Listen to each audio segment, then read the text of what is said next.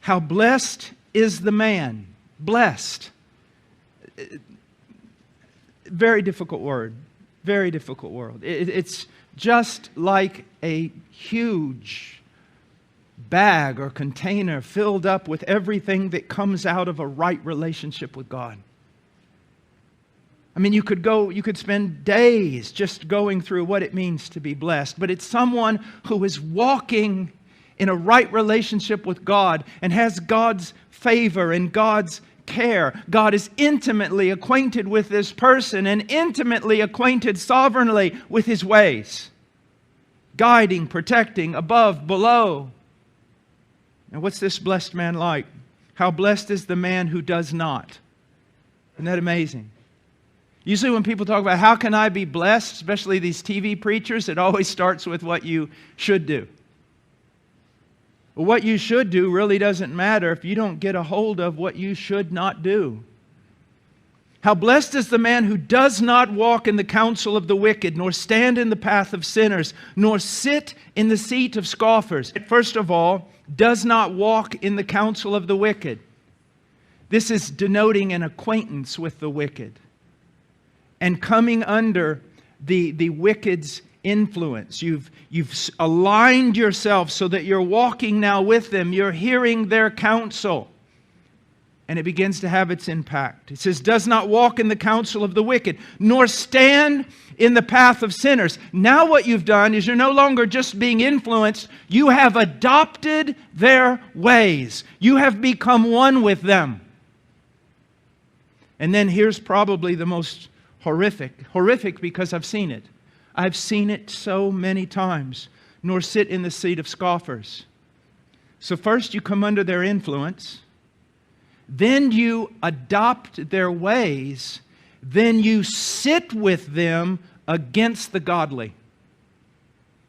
And you speak against the godly. And you mock the godly.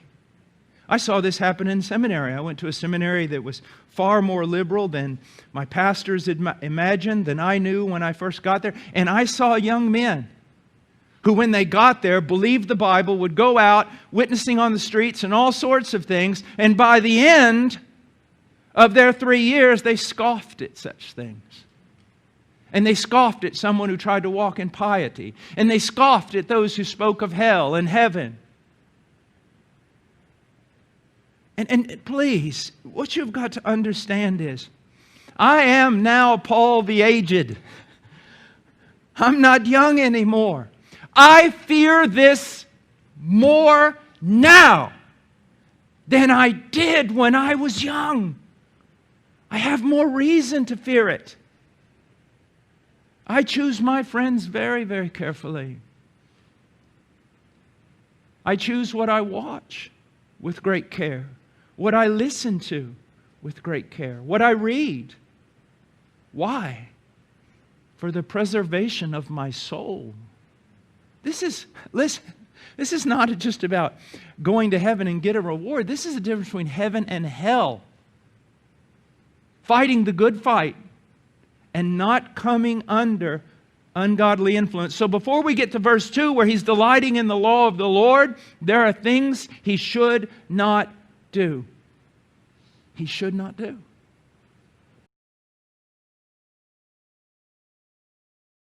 And what's amazing, you walk out and there will be hundreds of these bricks and they all look alike. How is it that they all look alike? They all look alike because they've been pressed out of the exact same mold. That's the idea here in the text. Do not be made out of the same mold that the world is made out of, that those in the world are made out of. Don't allow them. You say, well, I won't. Listen to me. Listen to me very carefully. Most of us are awake about 16 hours a day. Unless you're living in a bubble, several of those hours you are coming under the direct influence of the world. In your workplace, in your school. This is unavoidable. But the things that can be avoided must be avoided. They must. They must. You are moldable. Because you come under the influence of so many people, so many ideas. The context around you is constantly pressing in on you and influencing you, so that your ideas and your decisions are not wholly yours, but the influence of those around you. Only God is above that. He's free from that, but you're not. Neither am I. That is why I must be very careful with my companions. One of the things that I always try to search out is, if there's another preacher out there, another man out there that I know, when I leave him, do I always walk away wanting to be more like Christ? Do I walk away wanting to be a better man? You see? You need that. You need to become that for other people also. So he says, do not be conformed to this world. Don't do it. Because you will find yourself sooner or later sitting in the same seat as those in the world, those who are condemned, and mocking the people who are truly seeking to follow Christ. And he says, do not be conformed to this world, but be transformed. It is from this Greek word that we get the word metamorphosis.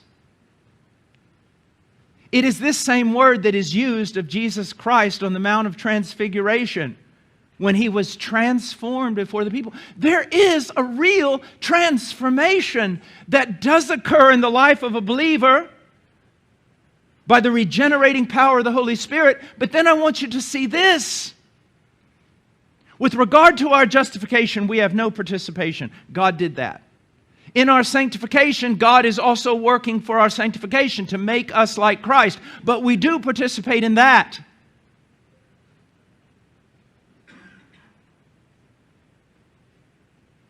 And that is why God has transformed us inwardly. God is transforming us so that what is inward becomes outward, but we also are to participate in this. Even ministers, because Paul tells Timothy, do these things that your progress would be evident to everyone who sees you. That your progress is evident, that you are growing. So he says, be transformed. How? By the renewing of your mind. It all begins with the mind. Filling the mind with truth. Filling the mind with encouragement from the Scriptures. That's where it all begins.